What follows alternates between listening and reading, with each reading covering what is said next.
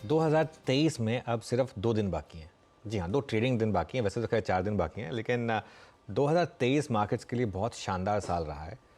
नई जोश, नई सोच और नई ऊर्जा के साथ हम 2024 का स्वागत करेंगे। क्या बाज़ार अगले साल भी 2023 जैसा ही पैसा बनाकर देगा या उससे ज़्यादा पैसा बनाकर देगा? और अगले साल के लिए किस तरह का ट्रेंड रहेगा? किस सेक्टर में सबसे ज़्यादा रिटर्न मिलेगा? इन सवालों का जवाब देने के लिए हमारे साथ जुड़े हैं मैराथन ट्रेंड्स पीएमएस के सीईओ अतुल सूरी। करीब 3 दशक का अनुभव रखने वाले अतुल सूरी टेक्निकल्स और फंडामेंटल्स में तालमेल बिठाने में माहिर माने जाते हैं और एक लॉन्ग टर्म ट्रेंड काफ़ी बारीकी से समझते हैं। तो उनसे जानते हैं आज मार्केट कैसा लग रहा है। Atul ji, good morning. और आपको सबसे पहले तो सीजन्स ग्रीटिंग्स और न्यू ईयर की ऑलरेडी एडवांस में ग्रीटिंग। 2023 ने बहुत पैसा बना कर दिया और मुझे याद है आपकी और मेरी जब बात हुई थी दिवाली पर, उसके बाद जब आप पिछले महीने भी आए थे और आपने लगातार कहा था कि ये बड़ी वाली तेज़ी है और इसमें हम जो गलती करते हैं वो एक पर्टिकुलर लेवल से देखते हैं कि इतना चला है, जबकि अगर हम 3 साल के एक ट्रेंड लाइन बनाएंगे तो शायद तेज़ी की तो अभी शुरुआत हुई है। करेक्ट। क्या 2024 के लिए वो व्यू अभी भी इंटैक्ट है? ये व्यू था पहले, वो हिंदुस्तान के लिए था, लेकिन जब मैं ग्लोबल चार्ट्स देखता हूँ तो मुझे एक्चुअली इसमें और कॉन्फिडेंस बढ़ रहा है। अगर आप ग्लोबल मार्केट्स देखें तो आप देखेंगे कि अब इनमें ब्रेकआउट शुरू हुए हैं।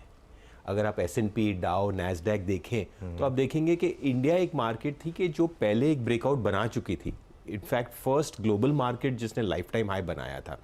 लेकिन अगर आप US मार्केट्स देखें तो आप देखेंगे कि इनकी तेज़ी अब शुरू हो रही है।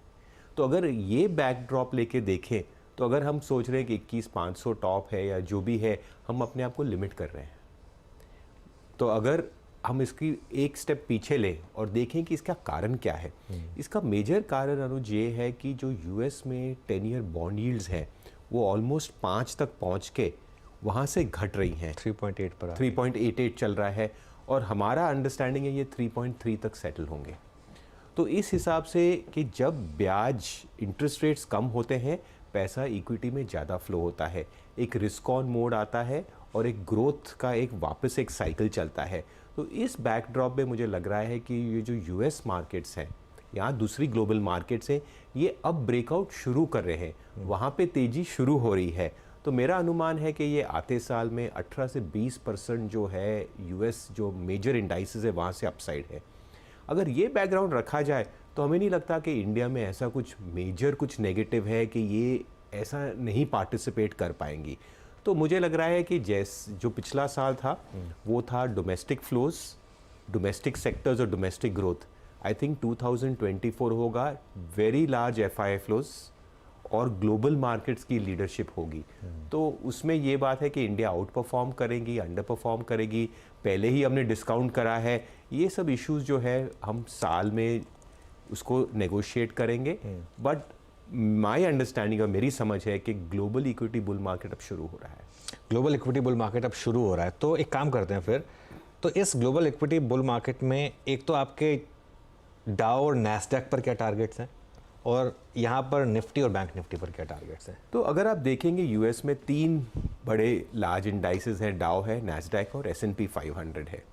तो पहली चीज़ मेरी ये ऑब्जर्वेशन रही है कि इस टाइम इनमें से जो first breakout to life time high है वो है डाउ जोन्स इंडस्ट्रियल एवरेज, ना कि नैस्डैक जहाँ पे सबसे ज़्यादा मोमेंटम है। नैस्डैक अब भी 7 से 8% लाइफ टाइम हाई से है, S&P शायद 1% लाइफ टाइम हाई पे है। तो जो भी स्टॉक, जो भी मार्केट पहले ब्रेकआउट होता है वहाँ पे लीडरशिप क्वालिटी होती है। तो ये मैंने बहुत साल बाद देखा है कि जो इंडस्ट्रियल्स है वो लीडरशिप कर रहे हैं। तो इससे हमें एक सेंस आता है कि कौन सा सेक्टर, एक तो मार्केट की बात हो गई जहां मैंने कहा 18 से 20% अपसाइड दिख रहा है, बट उसके अंदर भी अगर आप देखें तो मुझे लग रहा है कि जो इंडस्ट्रियल्स है, इंडस्ट्रियल सेक्टर है, इंडस्ट्रियल स्टॉक्स है, वहाँ पे लीडरशिप आएगी। और ये इंडिया पॉइंट ऑफ व्यू से भी इम्पॉर्टेंट है, इकोनॉमी से रिलेटेड है इसके लिए। बिल्कुल बिल्कुल। जो इंडिया में जो जैसे हम बात कर रहे हैं, काफ़ी देर से बात कर रहे हैं, कैपिटल गुड्स, इंफ्रा, ये सब की बात कर रहे हैं।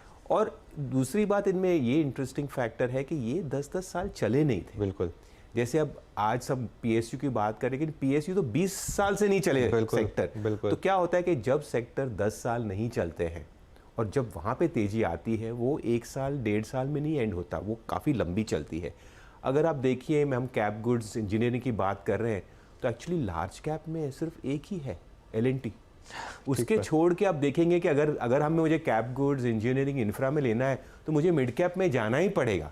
तो ये एक जो मिड कैप स्मॉल कैप की रैली की भी बात कर रहे हैं, क्योंकि जो सेक्टर चल गए हैं, खासकर प्राइवेट बैंक्स और आईटी पिछले डिकेड के बेस्ट परफॉर्मर थे, आज इन्होंने जाके टॉप स्लॉट ले लिया है निफ्टी में, ऑलमोस्ट 50% वेटेज इन्होंने घेर लिया है। बिल्कुल। अब अगर ये आराम करेंगे तो इस हिसाब से जो तेजी होगी वो स्मॉल और मिड कैप में होगी।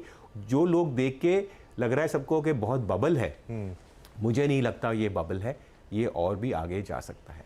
तो आपका ये कहना है, और आपने, मुझे याद है ये पिछले जब बार आप आए थे तो मैंने कहा था कि इस साल तो मिड कैप 40% चला है, निफ्टी सिर्फ 5 या 6% चला है, तब उतना ही था, अब तो खैर ज़्यादा हो गया है। तो आपने कहा था क्योंकि हम इस साल का मूव देख रहे हैं, 3 साल का नहीं देख रहे हैं। करेक्ट। और अभी तो जो बहुत बड़ी बेयर मार्केट आई थी मिड और स्मॉल कैप में, उसकी भरपाई करी है। करेक्ट। तो यहाँ से अगले 3 से 4 साल में मिड कैप और स्मॉल कैप में आपको लग रहा है इंडेक्स लेवल भी 15-16% की कंपाउंडिंग हो सकती है? बिकॉज देखिए हमने जो स्टडी की है मार्केट्स में, हम साइकिल्स पर देखते हैं, जब भी तेजी होती है बाजार में स्मॉल और मिड कैप आउट परफॉर्म होंगे, और जब मार्केट करेक्ट होगा तो ये ज़्यादा घटते हैं। तो अगर हमें मार्केट में अपसाइड पोटेंशियल लग रहा है तो इस हिसाब से स्मॉल और मिड कैप का आउट परफॉर्मेंस जाहिर है। क्वेश्चन है कि शायद थोड़ा बढ़ गए हैं, शायद थोड़ा साइडवेज चले जाएं, शायद छोटा करेक्शन, वो तो छोटे 1 हफ्ते 10 महीने की बात नहीं हो रही है, ये एक लार्जर ट्रेंड की बात हो रही है। तो बहुत से लोगों को लग रहा है कि यहाँ पे बबल हो गया है, मुझे नहीं लगता है यहाँ पे बबल आ रहा है। एक तो इनमें अर्निंग्स आ रही हैं, दूसरी बात ये है कि इनके पास 18, 19, 20 बहुत ख़राब टाइम था, ये तो अब उसका जो है कैचअप कर रहे हैं, और अभी भी फ्रॉथ होने को टाइम है। सेक्टर्स और थीम्स जो चल रहे हैं वो एक्चुअली उनमें इसका बहुत बड़ा रिप्रेजेंटेशन है। तो मुझे लग रहा है कि आगे लोगों को क्या है, 1 साल बढ़ गया है, लोगों को लगता है कि 1 साल की तेजी होती है, 1 साल की मंदी होती है।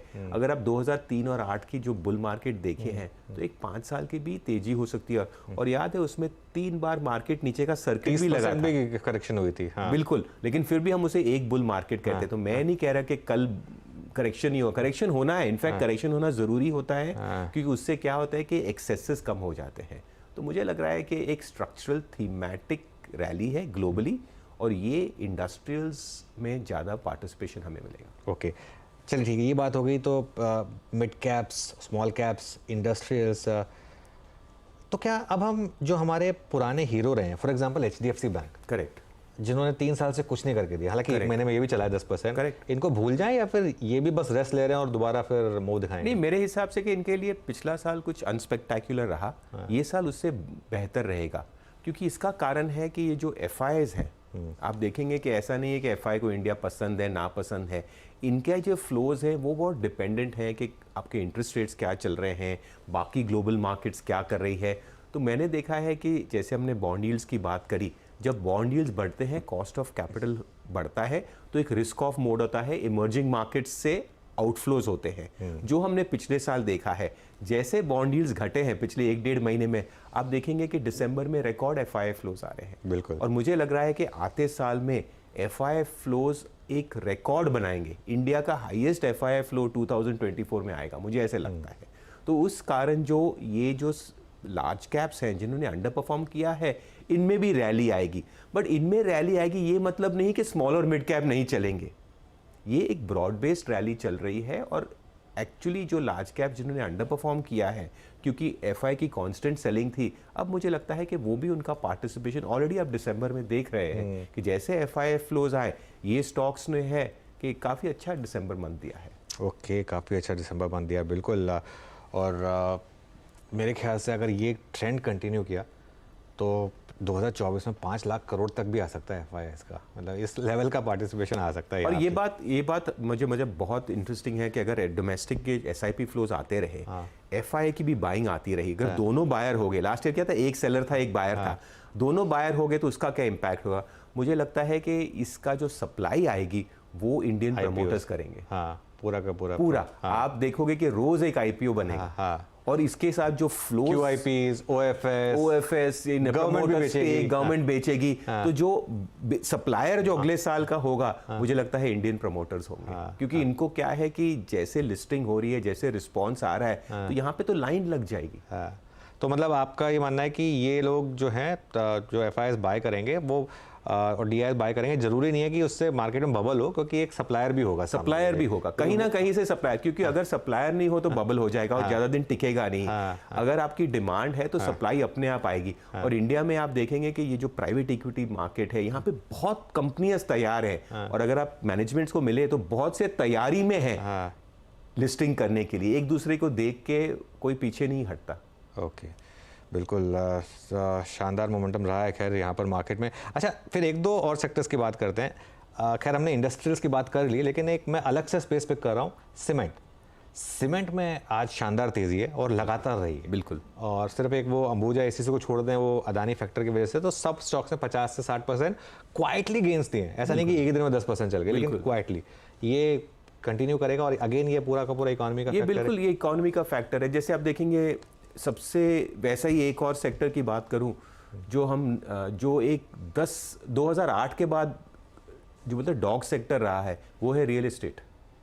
एक्चुअली 2023 का परसेंटेज वाइज मेरे ख्याल से, मैंने उसके आंकड़े नहीं देखे, but as a percentage highest sectoral gain शायद रियल एस्टेट में होगा। तो इस हिसाब से क्या होता है कि ये सब सेक्टर्स जो हैं ये चलते हैं, ये शायद इतने ग्लैमरस या लाइमलाइट में नहीं आते, बट आप देखेंगे इनके बारे में 6 महीने साल बाद सब बात होगी। बट घूम फिर के जो थीम है वो थीम है इंडस्ट्रियल्स, वो थीम है इंफ्रा, वो थीम है इंजीनियरिंग, और ये सब जो रिलेटेड प्लेज हैं which is domestic facing economy, जो डोमेस्टिक तेजी है, इंडस्ट्रियल है। आप देख लीजिए, आप आज न्यू ईयर चल रहा है, अब बाहर देखिए पूरे देश में ट्रैफिक जैम है, इतना कंजम्पशन चल रहा है, भले मनाली हो, भले गोवा हो, भले बैंड्रा हो, सब जगह 1.5, 2, 5, 7 घंटे का, बॉम्बे पूना भी देख लिया 8-8 घंटे लग रहे हैं। तो इस हिसाब से क्या दिख रहा है कि मुझे लग रहा है कि लोग बाहर आ रहे हैं, एक ऑप्टिमिज्म बहुत है, और उस हिसाब से ये बूम इकोनॉमी में ट्रांसलेट होगा ही होगा। बिल्कुल ट्रांसलेट होगा। कोई ऐसी स्पेस जहां पर आप थोड़े से नर्वस हैं, आपको लग रहा है कि अब थोड़ा अवॉइड करना चाहिए? मुझे नर्वस हिसाब से नहीं है, कि मार्केट लाइफ टाइम में तो सब चलता है, बट इन टाइम्स में जो डिफेंसिव सेक्टर्स होते हैं उनकी अंडर परफॉर्मेंस आती है। ऐसा नहीं पैसा नहीं बनेगा, बट एफएमसीजी है, फार्मा है, आप ट्रेडिशनली देखेंगे कि जब ये इंडस्ट्रियल्स का बुल मार्केट होता है तो ये एक डिफेंसिव सेक्टर्स होते हैं, तो इनमें क्या होता है, रिलेटिवली अंडर परफॉर्मेंस आती है। मैं नहीं कहता ये खराब है, बहुत अच्छे सेक्टर है, मंदी में तो बहुत काम आते हैं, बट फिलहाल जब फुल ब्लोन तेजी होती है तो लोगों को एक बहुत रिस्क ऑन मोड होता है, ये थोड़े रिस्क ऑफ मोड में होते हैं, तो इनमें थोड़ी एक रिलेटिव अंडर परफॉर्मेंस आती है। ओके अच्छा, एक दो चीज़ें और मुझे डिस्कस करनी थी आपसे, क्योंकि आप ग्लोबल फैक्टर्स को इतनी बारीकी से पढ़ते हैं और समझते हैं। इन सब का दो चीज़ों पर क्या इम्पैक्ट होगा, एक तो क्रूड प्राइसेस पर और एक बाकी की कमोडिटीज़ पर, क्योंकि हम अभी भी एक कमोडिटी कंज्यूमिंग नेशन है। करेक्ट। तो यहाँ पर क्या मूव लग रहा है आपको, और उससे आपको लगता है कि अगर बड़ा कमोडिटी सुपर साइकिल आई अगर किसी वजह से, तो क्या इंडिया पे उसका इम्पैक्ट आएगा, या फिर क्योंकि हमारी खुद की डोमेस्टिक इकोनॉमी की स्ट्रेंथ इनहेरेंट होगी, हम उसको एब्जॉर्ब कर लेंगे? इन्फ्लेशन के दो हिस्से होते हैं, एक तो होता है कमोडिटीज, जिसके बारे में बात कर रहे हैं, बट मुझे लगता है कि ग्लोबल ग्रोथ भी रहेगी, लेकिन कमोडिटीज़ ऐसा नहीं है कि बहुत बढ़ जाएंगे। क्रूड केस इन पॉइंट, अगर आप क्रूड भी देखें तो मुझे लगता है कि क्रूड कहता है उसे नीचे जाना है, बट कभी क्या है, ओपेक प्लस का कार्टलाइजेशन आ जाता है, अभी ये जो सब ड्रोन स्ट्राइक्स आ रहे हैं, तो इनके क्या होता है कि जियोपॉलिटिकल जो इश्यूज हैं उनके कारण ये बीच बीच में स्पाइक होता है। क्रूड 70 था, वापस 80 हो गया है ब्रेंट, तो इस हिसाब से ये जियोपॉलिटिक्स हर समय तो बॉयल पे नहीं रह सकते, बट आप देखेंगे कि जब ये क्लीन आउट हो जाते हैं, crude tends to get lower. तो मुझे लगता है कि कमोडिटीज़ ऐसा नहीं है, अच्छे रहेंगे, एलिवेटेड रहेंगे, अच्छी बात है, बट ऐसा नहीं है कि ये एकदम रन अवे होके ये एक इक्विटी मार्केट तेजी को ट्रिप कर पाए। दूसरा इशू जो मुझे वेस्टर्न मार्केट्स में लगता है वो है जॉब जो रिलेटेड है, जो ह्यूमन इन्फ्लेशन है। अगर आप देखेंगे तो इन कंट्रीज़ में इनके डेमोग्राफिक्स फेवर में नहीं है, प्लस अब क्या है, इमिग्रेशन भी हॉल्ट कर काफ़ी इन्होंने टाइट कर दी है, तो इस हिसाब से जो लेबर कॉस्ट है वहाँ पे वो एक एलिवेटेड रहेगी, तो वो एक्चुअली इंडिया के लिए अच्छा है, बिकॉज ये बहुत अच्छा आउटसोर्सिंग मोड हो जाता है। बट मुझे नहीं लगता कि कमोडिटीज़ एलिवेटेड रहेंगी, ऐसा नहीं कि कचरे के भाव बिकेंगी, बट उस हिसाब से उनकी फेयर प्राइसिंग रहेगी, बट इक्विटी मार्केट को वो ट्रिप नहीं करेंगी। ओके, बिल्कुल इक्विटी मार्केट को ट्रिप नहीं करेंगी। और डॉलर लग रहा है डबल डिजिट में जाने की तैयारी कर रहा है, डॉलर इंडेक्स। डॉलर मेरे हिसाब से कि एक जो लेवल्स हैं वो शायद डबल डिजिट के थोड़ा ही ऊपर चले, और वो एक अच्छी बात है बिकॉज क्या होता है कि अगर जो डॉलर थोड़ा वीकिश या फ्लैटिश रहता है, ये जैसे मैंने बताया था रिस्क ऑन ट्रेड की बात होती है, ये एक रिस्क ऑन के लिए अच्छा होता है, इमर्जिंग मार्केट्स के लिए अच्छा होता है, और वो हिसाब से हम देख रहे हैं। इंटरेस्टिंग, सबसे इंटरेस्टिंग कमोडिटी चार्ट एक्चुअली दुनिया में देखा जाए तो गोल्ड का है।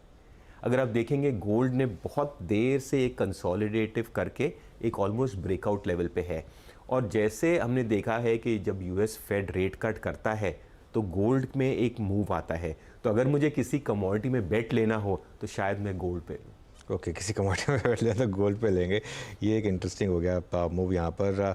मैं एक चीज़ जो नोटिस कर रहा था कि पिछले 6 महीने में लोगों ने जो सबसे ज़्यादा पैसा बनाया है वो रिलेटिवली न्यू सेक्टर्स में, जैसे रेलवे, हमने कभी रेलवे एज ए थीम बात नहीं की, बिल्कुल। डिफेंस कभी एज ए थीम बात नहीं हुई थी, Correct. इनमें बहुत पैसा बना है। तो Correct. 2 पार्ट सवाल, पहला तो इन 2 थीम्स में क्या करें, और दूसरा ऐसी कोई नई थीम निकल के आ रही है जिसको नेशनल स्टेज पे पकड़ा जा सकता है? मेरे हिसाब से कि ये 2 सेक्टर जो हैं, लोगों ने इनको ना जैसे कान पे हाथ रखे कि इसमें कभी करेंगे नहीं, क्योंकि पिछले 20 साल से ये स्टॉक लिस्टेड तो हैं बट इनमें पैसे कभी नहीं बने हैं। बट एक चीज़ आप देखोगे कि फंडामेंटली काफ़ी चेंज हुआ है, साइज़ ऑफ अपॉर्चुनिटी बड़ी है, बट जो गवर्नमेंट के कॉन्ट्रैक्ट्स हुए हैं, जो डोल आउट हुए हैं, दैट इज़ मैसिव। अब सिर्फ बात है एग्जीक्यूशन की। अब जैसे एग्जीक्यूशन का तो टाइम हमसे पता है, लेकिन अब जैसे डिफेंस कंपनीज़ हैं, इनके जो रिकॉर्ड ऑर्डर बुक्स हैं, अब इनकी एग्जीक्यूशन कैसे होती है वो तो हमें टाइम ही बताएगा, बट मार्केट इनको फैक्टर इन करी थी। नंबर 2, ये बहुत ही अंडर ओन्ड थे, एज आई सेड, लोगों ने इनको छोड़ दिया था, भूल गए थे। तो इस हिसाब से क्या होता है कि जब ये सेक्टर्स या थीम चलते हैं, रेलवेज है, डिफेंस है, तो लोगों को इक्वल वेट करने में ही इनमें काफ़ी मूव आ जाती है। तो मुझे लगता है कि ये एक थीमेटिक एक ग्राउंड पे चेंज हो रहा है, एक एग्जीक्यूशन चेंज हो रहा है, और वो रिफ्लेक्शन दे रहा है मार्केट में। ऑलराइट, तो अतुल जी बहुत बहुत शुक्रिया आज हमारे साथ जुड़ने के लिए, और आपको एक बार फिर से 2024 की बहुत same to you and all the viewers. Okay, चलिए बात हुई मार्केट के लॉन्ग टर्म ट्रेंड